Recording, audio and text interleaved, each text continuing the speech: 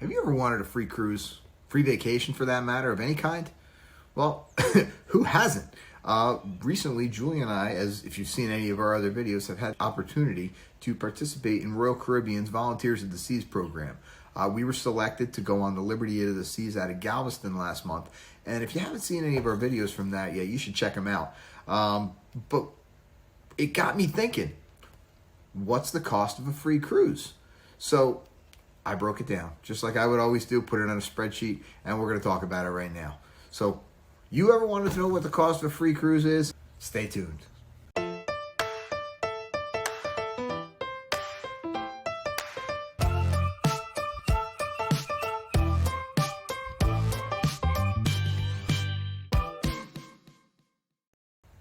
Hey, what's up? Brian here from the How We Cruise channel. Julie and I just got off Royal Caribbean's Liberty of the Seas last month. We were fortunate enough, like we said, to be part of their Volunteers of the Seas program. The way that essentially worked was they had a little sweepstakes, and the winners of the sweepstakes got a free cruise. So we spent 4 nights on the Liberty of the Seas, and we got to experience their new CDC compliant protocols to ensure that it was safe to return to sailing.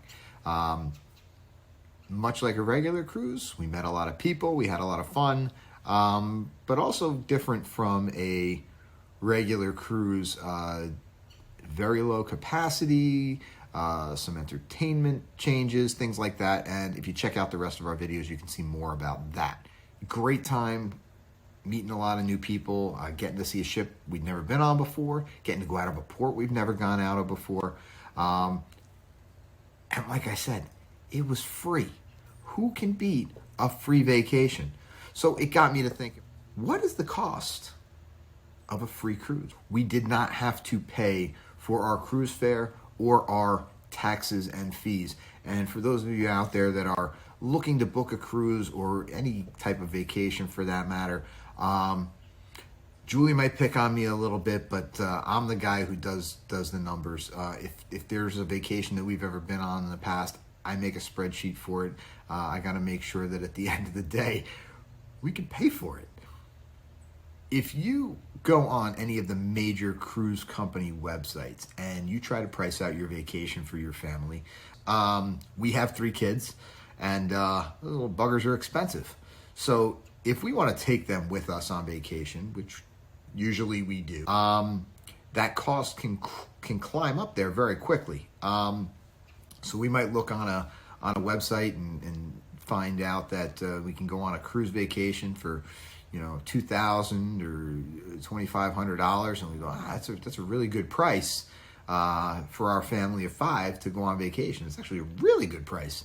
But then you start adding in, other things, and that cost can climb up there really quickly on you right there. So I'm the numbers guy here. I always double check those very, very, very carefully, and Julie picks on me quite a bit about it. Julie actually bought me a new hat just for this video, so I guess I should put that on. Got my banker's hat on here. And now I guess, haha, Julie, you got your little joke, but I'm going to use it here. Got my banker's hat on. Let's talk about the numbers. So when you go on any of the major cruise companies' websites, you start searching for the price out your vacation for your family. You pick your stateroom, your deck, inside, ocean view, balcony, suite, whatever suits your fancy there, and it shows you the price of your cruise fare, the price of your taxes and port fees, and that is the bottom line number that it shows you at the bottom of the screen. So for this test sailing that Julie and I went on, that total was 0, which is awesome because as many of you know who've booked a cruise before, the price could be several $1,000s depending on what port you're going out of and what itinerary you're looking at, what ship, what cruise line. So what are the other costs that you have to think about when you're trying to book your vacation? The first thing I'll talk about is the airfare. Now, unless you're fortunate enough to live very close to one of the ports, if you live in Florida and you want to go on a cruise, there's several options for you to easily get on a cruise ship, which is going to make your travel costs a lot cheaper than say, some of ours. With ports opening in Galveston and New Orleans and Baltimore, it does make an opportunity for easier access to the ports for some of us who live in other parts of the country. For Julie and I, when we booked our trip down to Galveston, the closest airport was Houston's Hobby Airport. Now, coming out of New Jersey, there are no direct flights into Hobby, so we had to take a flight with a layover if we wanted to fly into Hobby. To do that, we would have to go through either Charlotte, Atlanta, Denver, or Dallas, and the cost of those flights was going to be up over $300 per person, which, when you think about it, is really not that bad when you're talking about what airfare prices have been recently. But for us, tons of flights right from Newark, New Jersey, right down into Bush International in Houston, and we were able to pick up flights for about $190 per person, which is really not bad for a round-trip flight from Newark. So we booked those and flew into Bush International. And then once you're there, you have to find a way to get yourself down to the terminal. Now, there are several options out there for you to take transportation from airport to port. There are a lot of services out there through the cruise lines that offer you transportation on a shuttle. Those are probably going to be your most economical options, your group shuttles. During the last year and a half, there's been, when cruising was shut down, there's been a little bit of a delay in return to those group shuttles. But that is going to be your most economical option. We searched that for our cruise out of Galveston, and to go from Hobby round trip using a group shuttle service, that was going to run about $65 round trip per person. But out of Bush, where we flew into, it was going to run between $85 and $95 per person. So you got to do the math yourself a little bit on that. So the price of a rideshare, an Uber or a Lyft, was going to be about the same price as a group shuttle. So we elected to go for that option. It was great getting picked up at Bush International Airport. We used Lyft for this trip, and our price to get from Bush International Airport down to Galveston was about $85 to $90 once we put a little tip on there. So that wasn't a bad trip. The one thing you do have to think about when it comes to rideshare is that several people are going to be thinking the same thing that you are. And when you disembark your ship, we had a little bit of a problem when we got off in Galveston at the end of our cruise, where there were no ride shares available because of the number of people using those services. So what we ended up doing to get back to the airport, and this was a good comparison for us, is we stood in the taxi line, which that, in order for us to get from the port in Galveston all the way up to Houston Bush International Airport, was almost $200 for one taxi ride, which, when you think about it, you're in a taxi for about an hour and a half to get there. It's not a terrible price for that. It's the going rate, but again, something that we planned would be a lot cheaper. So in retrospect, for that trip, I should have booked the group shuttle. It would have been a lot less stress. It would have been about the same price, and we wouldn't have had to deal with all that stress. Other options that you have, you could rent a car. We've looked into that for our next cruises. Now, if you are fortunate enough to live near a port, we plan on simply driving to the port and paying the parking fee at the port. Now, there are several other options that you can look at. There are parking lots and parking decks off-site from the port that are a little bit cheaper, but you have to look into the fact that once you are at those locations, do they have a shuttle or a ride share or some kind of way to get you over to that port? That said, you have to look into what is the right thing for you when it comes to that, and look into all of those costs when looking at the price of your cruise. One of the other things you're going to have to look at is a hotel. So if you come in the night before, and we highly recommend, because things do go wrong with airlines, things do go wrong, flights do get delayed, canceled, always plan on coming in for your cruise into your port city the day before your cruise. There are plenty of flights available usually to fly into your port cities on the morning of your cruise. However, Julie and I both like to get on the ship as early as we possibly can. so we can have our lunch on board and start our vacation as soon as possible. And that waiting until the last minute, God forbid something happen where we miss a flight or the flight's canceled or there's weather, you never know what could happen. So we highly recommend coming in the day before. We try to find something reasonably priced because we know we're not going there for our vacation. It's just a bed to sleep in. So that's kind of the way we look at it. For our trip down to Galveston, we were fortunate enough to find the Harbor House Hotel, which is the closest hotel to the port. There are several other hotels in Galveston that looked really, really nice. And the prices range anywhere from, you get a cheap hotel room for under $100, or you could go something for very extravagant for several hundred. So it's things to think about there. But things to look at are the different amenities that those hotels will have for you. Some of these hotels will offer a free breakfast, a continental breakfast, or breakfast included rates. Things like that can really calculate into your trip. For us, our trip to on the Liberty of the Seas, our breakfast, we knew we were going to be getting on the ship pretty early, so our breakfast consisted of a cup of coffee, which was provided in the room, so we did not need a hotel that had a continental breakfast or anything like that. Had we been traveling with our 3 kids, who would have been whining and complaining that they wanted breakfast, perhaps we would have chosen a hotel with a free continental breakfast. Also, if you're flying in the day before, you got to eat. One of the things that Julie and I did when we got to Galveston is we wanted to make sure that we found a good place to eat.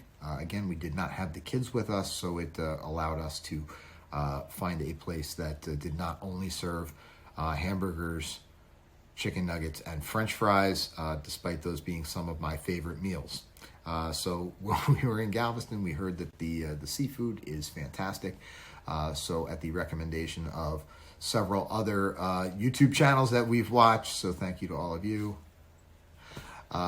we hit up Willie G's. So it, we had to calculate in that cost of our dinner.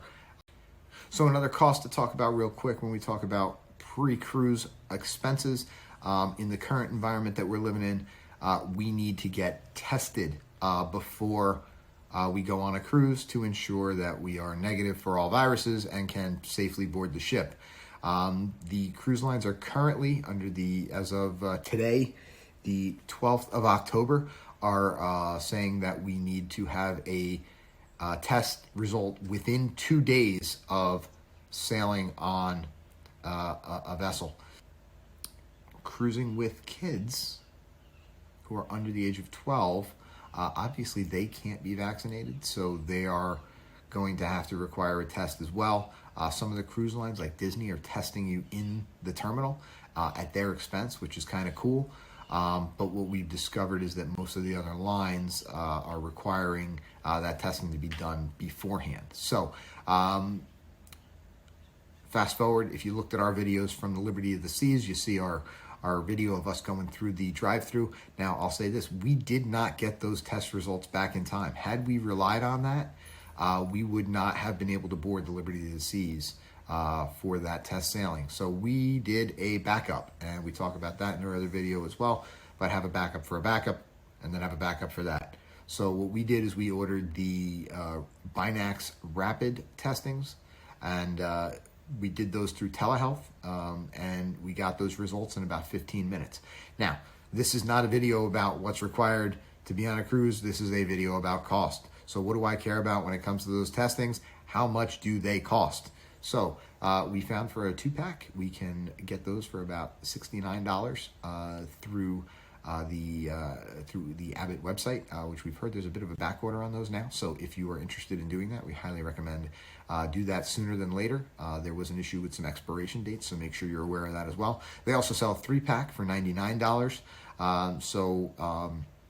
Make sure you order enough tests for the number of people that are traveling with you, because you can't share nasal swabs. Kind of gross, and it won't work. So anyway, that is probably our best recommendation, is to make sure that you have a test. Now, again, we paid for those tests, but we had those results in 15 minutes. So for me, that's a cost that I am willing to spend.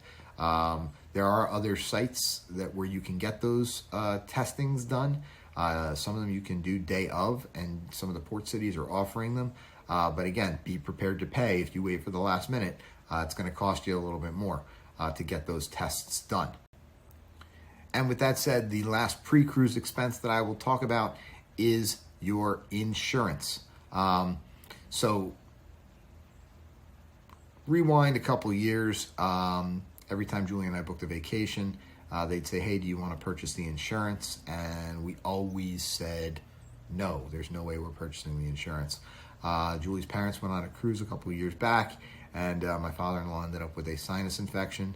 Now, they always purchase the cruise insurance, and he went to see the doctor on board the boat. Now, granted, it was just a sinus infection, got a little antibiotics to clear up that green goopy nose, and it cost him, had he not had the insurance, it would have cost him several $1,000s for that sinus infection to see the doctor on board the ship.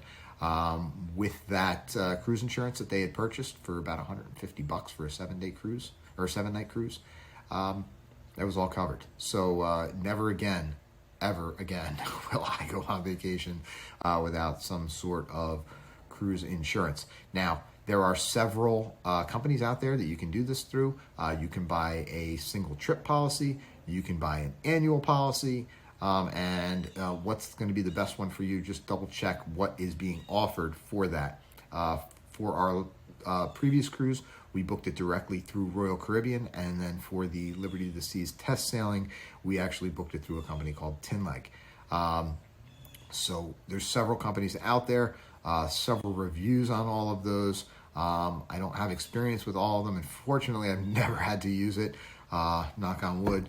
So I can't really say which one is better or worse than the other, but I will say that the peace of mind that I have from having that expense was definitely well worth it. For our last cruise, it was about $132 for both Julie and I, and I think that's definitely well worth it. So now that I've gone over all of our pre-cruise expenses, you know, some of you are probably sitting there at home, either adding it up on a piece of paper or counting on your fingers, but I'm going to save you that trouble. Like I said, I keep a spreadsheet for everything. So the question is, what did Julie and I spend pre-cruise for our Liberty of the Seas free test sailing? So we purchased our airfare, which I said was a really great price. We had to purchase transfers to get from Bush International down to Galveston. We had a hotel. We had a meal in Galveston. And we had our testing before we left for home that we paid for. So add that all up, and just before we even got out the door, that was an additional almost $1,000 that we spent to get down to Galveston and board the Liberty of the Seas for the free test sailing. So that said, what did it cost us once we were on board? One of the first things that we purchased as soon as we got on board was we needed to stay in touch with all of you. So we purchased our internet package. For the 4-night sailing that we did, it was a deal for $89. Now again, one of the things I highly recommend is search before and try to pre-book before you go on your cruise. Royal Caribbean has their cruise planner on their website and through their app that you can purchase these things before you leave for your cruise. And a lot of times there are discounted prices for that. And what I recommend with that is as soon as you see a price that you are at least kind of happy with, I recommend booking it as soon as possible, because you can always return it and rebuy it if the price goes down. So tip there, as soon as you see a price that you're interested in, buy that item, whatever it is, whether that be your internet or your shore excursion or your drink package or whatever it may be, and return it if the price goes down and repurchase it. So like I said, for this cruise, we were able to get a 4-night internet package for both of our devices for $89. The next cost to think about while you're on board the ship is your gratuities. A lot of the lines are offering you now the option to prepay your gratuities. On the sailing that we were on for Royal Caribbean's Liberty of the Seas, that gratuity price was $14.50 per day per person. And that would be automatically added to your onboard account unless you went to guest services and asked for that to be removed.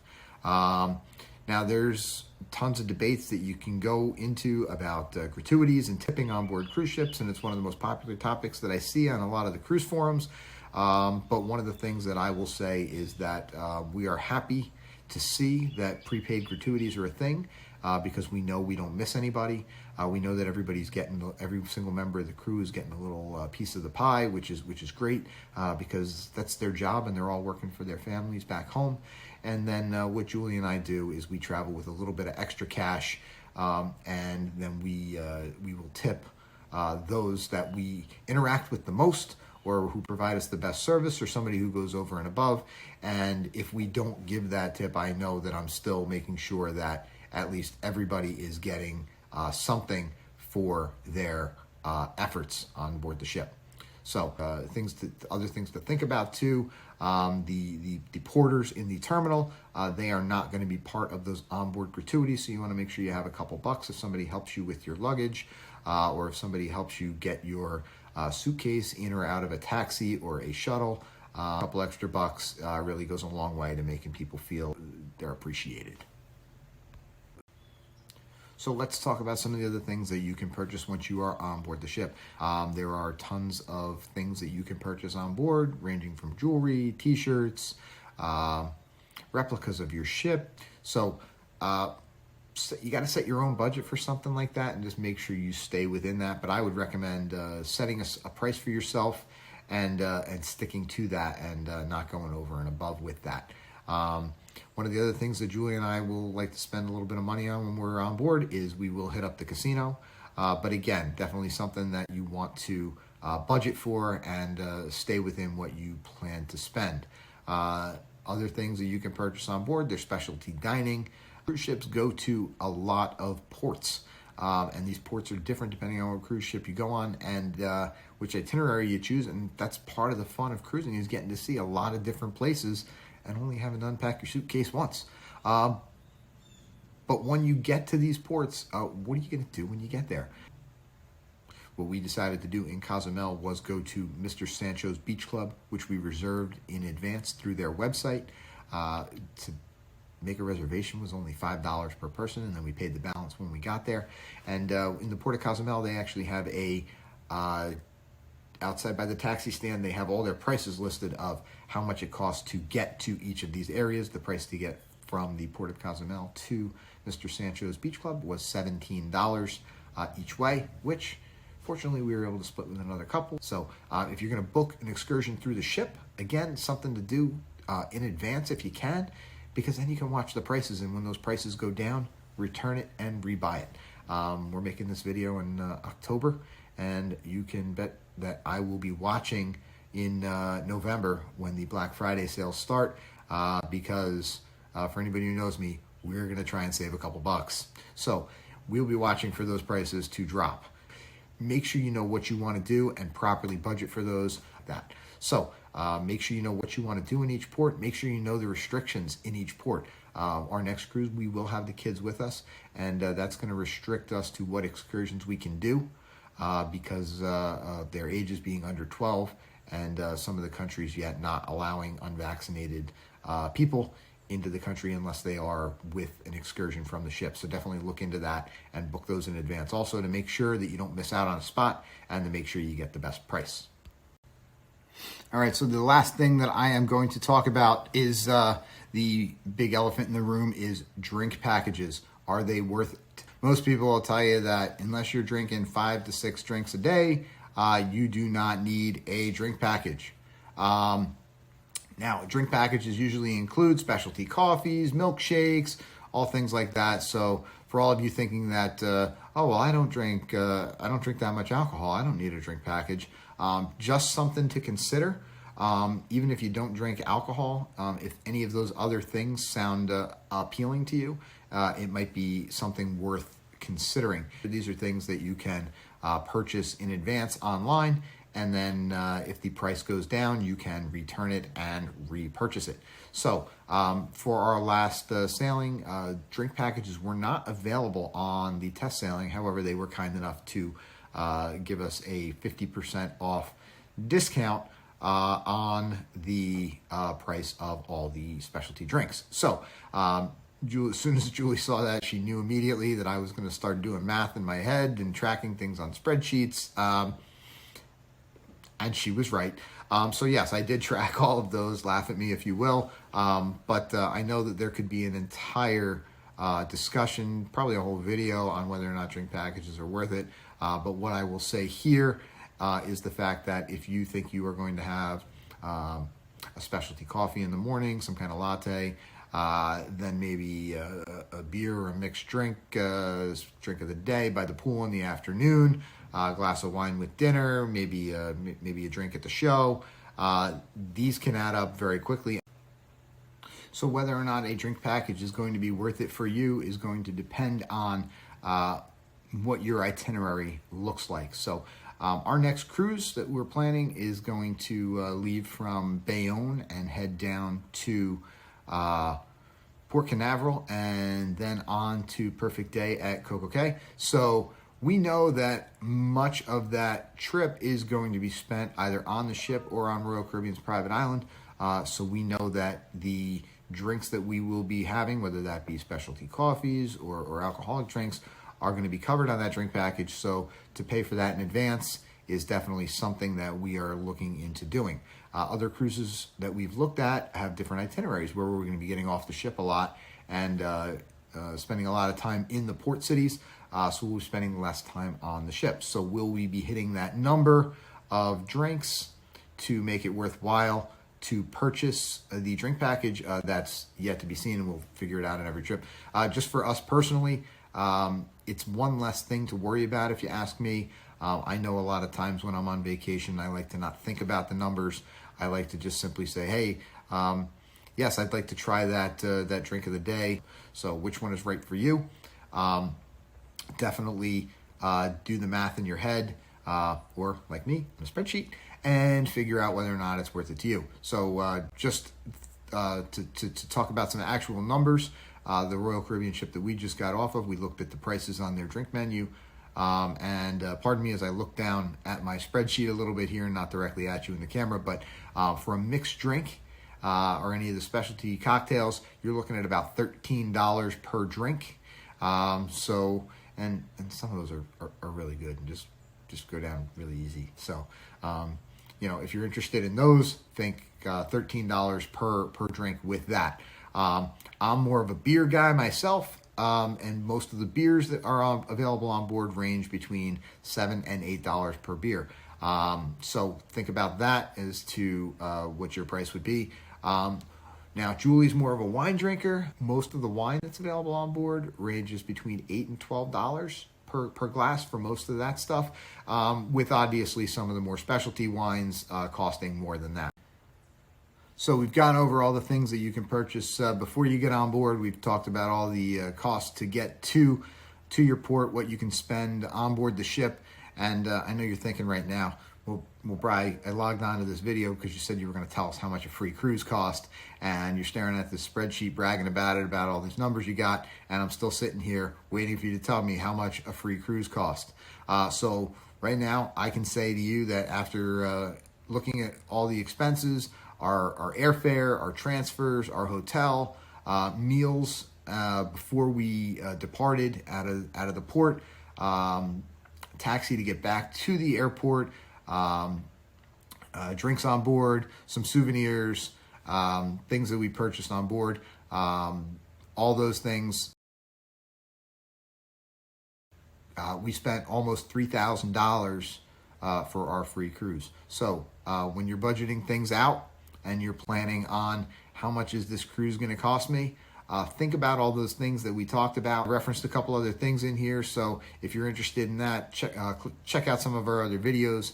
Like, subscribe, comment below. Let me know what you spend your money on a cruise, because we want to know, how do you cruise? This is how we cruise, and we'll see you on the seas.